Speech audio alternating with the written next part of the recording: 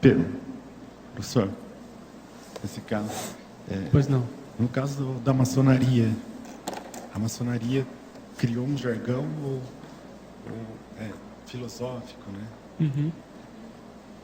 Então, todos os grupos de iniciação tendem a ter constituído esses jargões próprios, de que só quem faz parte daquela realidade, vamos dizer assim, vai compreender aquela linguagem. E não só palavras, mas trejeitos, modos de se assinar e etc. Então, isso é o lado, vamos dizer assim, mais restrito do jargão.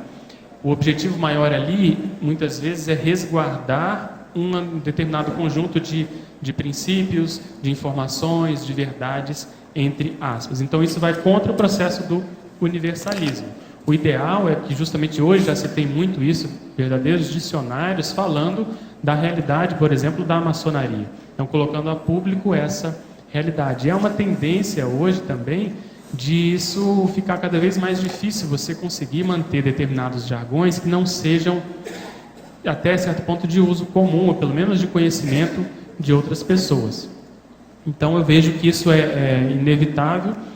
Se você for pensar, mesmo aqueles grupos, eu estava lendo um artigo, vou pegar um gancho na sua pergunta, falando sobre o caló. O caló é a linguagem dos ciganos. E com esse estudo dessa linguagem, eles conseguiram até descobrir um pouco mais sobre a história desse grupo. Por quê? Como eles são muito fechados, há uma tendência de se manter o modo de se comunicar desse grupo. Porque eles, apesar de estarem em determinadas sociedades, eu estava lendo lá que hoje existe muito na Tchecoslováquia, Romênia, Hungria, e o quarto país é a própria Espanha. São mais ou menos 6 milhões de ciganos que eles consideram no mundo. Na Espanha tem 400 mil. E o que eles fizeram que eu achei interessante? Eles começaram a analisar esse idioma e viram que mais ou menos 65% da estrutura desse idioma que está preservado vem da Índia antiga, então há milhares de anos atrás. E até então se tinha que o processo dos ciganos vinha muito do Egito. Essa linha que é mais recente era bem aceita. Mas se viu que talvez lá na raiz do processo, quando os determinados indianos saíram da Índia, cruzaram lá, eles consideram que eles cruzaram a Pérsia em direção à Ásia Menor, etc., foram para o sudeste da Europa, eles trouxeram também esse idioma. E como há pouca, vamos dizer assim, convivência de fato, não é um grupo muito aberto, isso mais ou menos se preservou. Então você veja, mesmo esses grupos, eles não conseguem manter totalmente intacto o sistema de comunicação deles, que dirá grupos menores, como por exemplo esse da maçonaria. Mas é uma realidade. Agora a gente tem que ver que a comunicação pode ser utilizada com vários objetivos. Um deles é esse, do segredo.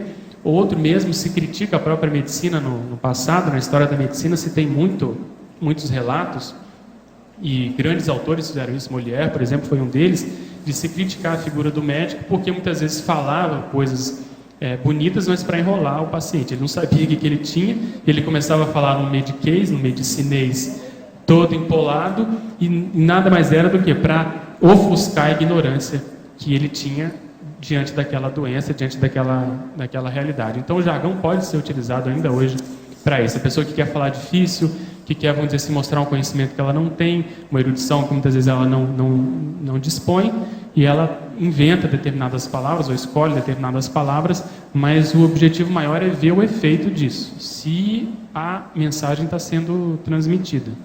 Entende?